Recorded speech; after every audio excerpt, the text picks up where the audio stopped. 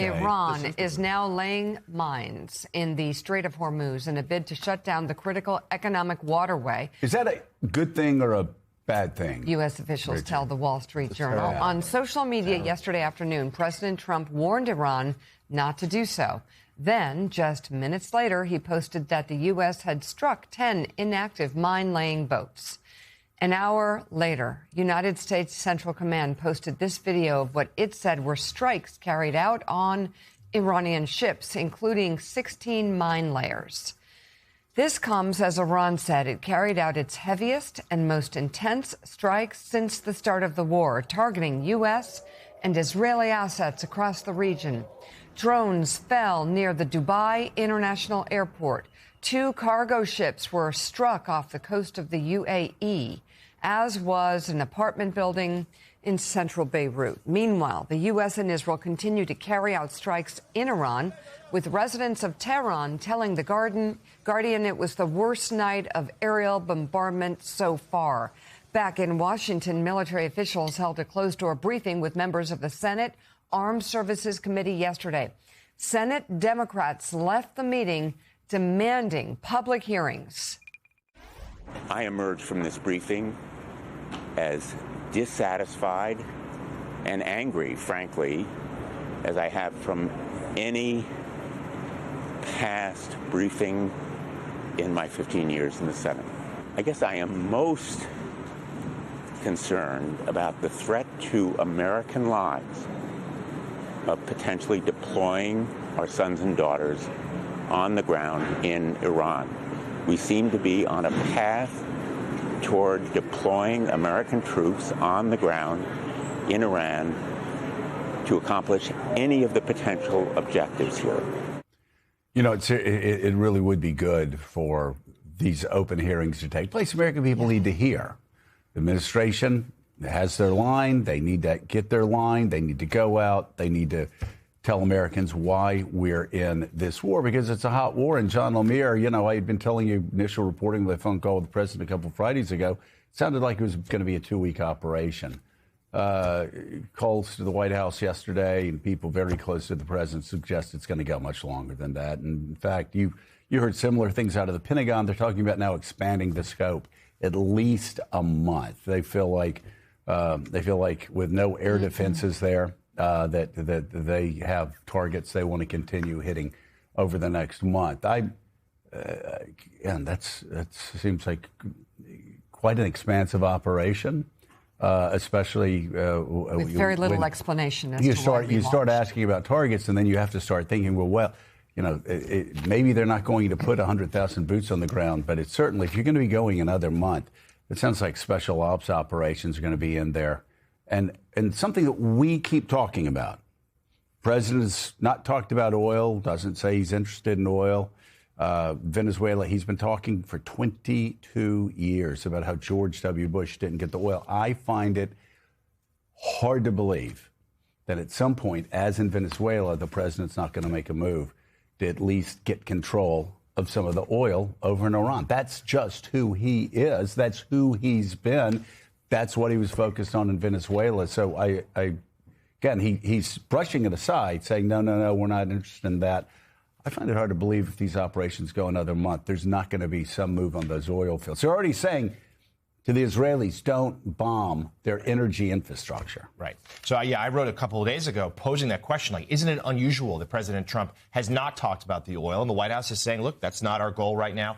But I think there's a real chance, people around the situation believe there's a real chance that could change the longer this goes. That might be something they're holding in reserve. In terms of the timetable of this war, the United States has not put out any sort of public schedule. However, talked to some people in the administration. The Pentagon had drawn up about a 4-week operation, a 4-week operational plan. Now, of course, the president has off ramps at any time. He can decide at any moment to pull out of that. But right now they're mapping out about 4 weeks.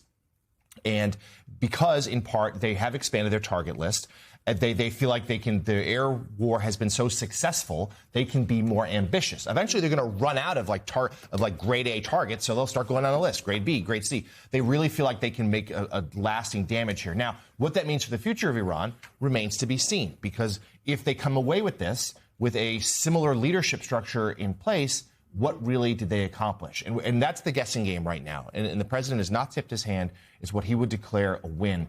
A clue, though, Senator Lindsey Graham yesterday said, and who's a close ally of the president's and a hawk on Iran, he says, I don't see how we can declare a win if we leave Iran and there is an Ayatollah still in power, any sort of Ayatollah. There certainly is one now, but if Graham's wishes fulfilled, is he alive? That means...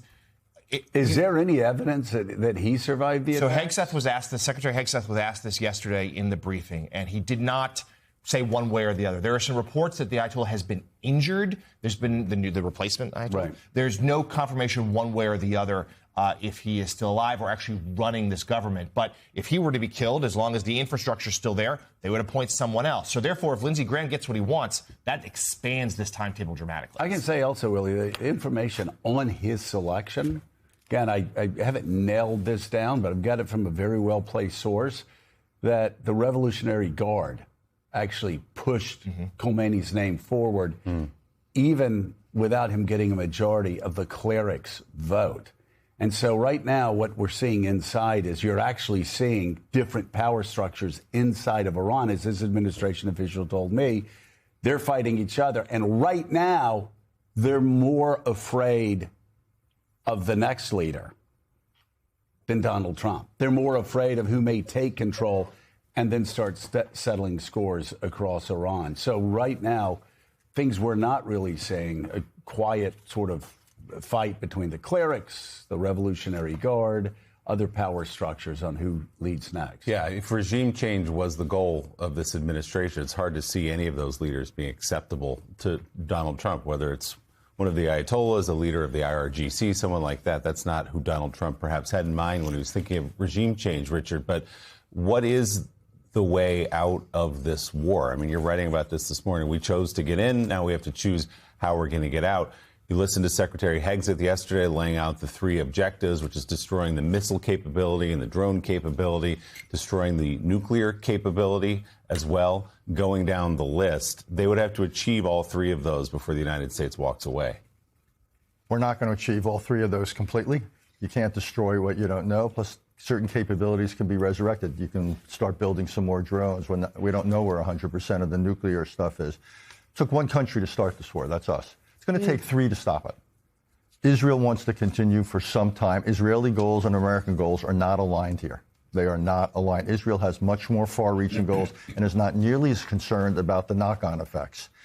Iran gets a serious vote. And yes, Iran is much weaker, but Iran can continue. All it's going to take is one mine in a passageway, and no one's going to insure a tanker for months or longer till you can prove it's safe again. All it's going to take is one drone hitting this or that target. So we can talk about these goals. And by the way, we have zero ability to ensure what the future leadership of Iran is, who it's going to be, what his policies are going to be. But this is a classic case that we didn't begin to play chess here in thinking through what the moves of our rival would be here. And Iran senses, by the way, they may, as weak as they are, it reminds me of what Henry Kissinger wrote about Vietnam when he wrote about the Viet Cong, and he said, the problem with the war we're fighting in Vietnam is the Viet Cong wins by not losing, and we lose by not winning. And I think the real question is, who is better able to withstand a war of great duration and pain? Iran's already suffered a lot of pain.